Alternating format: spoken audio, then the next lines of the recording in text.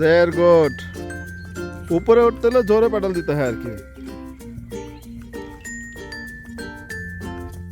আসসালামু আলাইকুম। সাফরিন আজকে প্রথম 2 চাকার সাইকেল চালাইছে। সাইকেল চালাতে চালাতে অনেক টায়ার্ড হয়ে গেছে। এখানে আমরা পিৎজা নিলাম। পিৎজা প্রায় শেষের দিকে, সাফরিন পিৎজা খাচ্ছে। আর এখানে সায়ান, সেও অনেক বড় সাইকেল চালাইছে, মাউন্টেন বাইক বলে আর পাহাড়ি সাইকেল এখানে দেখাচ্ছি। সেও টায়ার্ড। তো সায়ান নিছিল কি জানো, পুটেন পিৎজা, না পুটেন পিৎজা। আর এখানে আমাদের খুবই পরিচিত একটি দোকান, মিক্স মার্ক বলা হয়, রাশিয়ান দোকান। আমরা মাছ কিনি এখান থেকে। আর এখানে হচ্ছে রাশিয়ান তার্কিশ দোকান। আমার বন্ধুকে আপনারা দেখতে পাচ্ছেন, গাছ লাগাচ্ছে, গাছের অনেক প্রজেক্ট করছে। সে বললে এখান থেকে গাছ নেওয়া যায়। তার্কিশ দোকান। তো এখানে মাংস কিনি আমরা, কম কেনা হয়, মাংস কেনা হয়। রাইজে বুড়ো আছে পাশে। আমার পিছনে আছে এসএসএস পিৎজা। এখান থেকে আমরা পিৎজা কিনে খেলাম। ববলিংয়ে বেশ পরিচিত এই পিৎজার দোকানটি। বলো সাফরিন, কে? হ্যাঁ, ও আমার পরিচিত ফ্রেন্ড বলা যায়। পরিচিত মানে আমাদের বিদেশে আমরা যেতে থাকি, আমরা আমাদের বন্ধু বান্ধবকে অনেক মিস করি। এজন্য কেউ পরিচিত হইলে আমরা বলি সে আমাদের ফ্রেন্ড। আমাদের এখানে আমার ওয়াইফকে দেখা যাচ্ছে, সাফান, সেও খেয়েছে মাইস ব্রড। আমার ওয়াইফ, সেও খেয়েছে পিৎজা মার্গারিতা। কয় স্টুক খাইছো? 1 স্টুক। কয় স্টুক খেয়েছে? কেমন ওদের কোয়ালিটি? ভালো, চলে, খারাপ না। যেটা বলতে চাচ্ছি না, এখানে নতুন একটি বেকারাই দোকান হয়েছে। নতুন না, আমরা প্রথম আসলাম আগে। এই বেকারাইটা আসা হয় না, ওভারলুক করে চলে গেছে।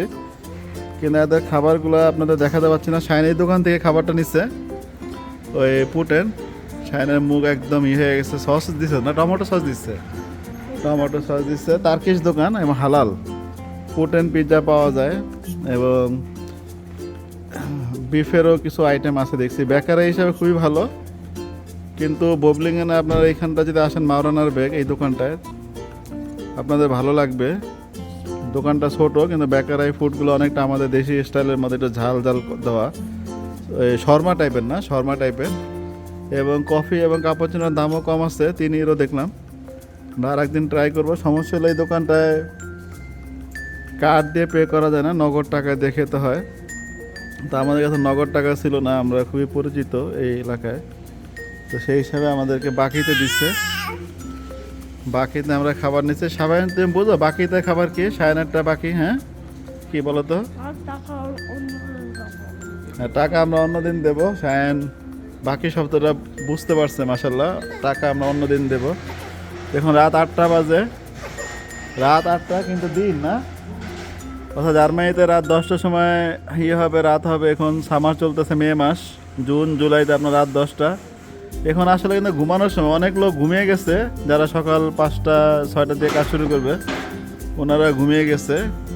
কিন্তু এটাই জার্মান লাইফ। রাত দিন, প্রায় রাত 8টা বাজে, কিন্তু দিনের মতন পরিষ্কার সব কিছু। আর আমরা এখানে তার্কিশ দোকান থেকে মাইস ব্রড নিলাম আগামীকালকের জন্য। এই আমাদের জীবন। জায়গাটা একটু অপরিষ্কার মনে হয়, কিন্তু ঠিক আছে, এখানে লোকজন কম আসে। তো আবার দেখাচ্ছি পিছনে এসএসএস পিৎজা, মাওরানার বেগ। বুবলিংয়ে খুবই বিখ্যাত এই পিৎজার দোকানটি।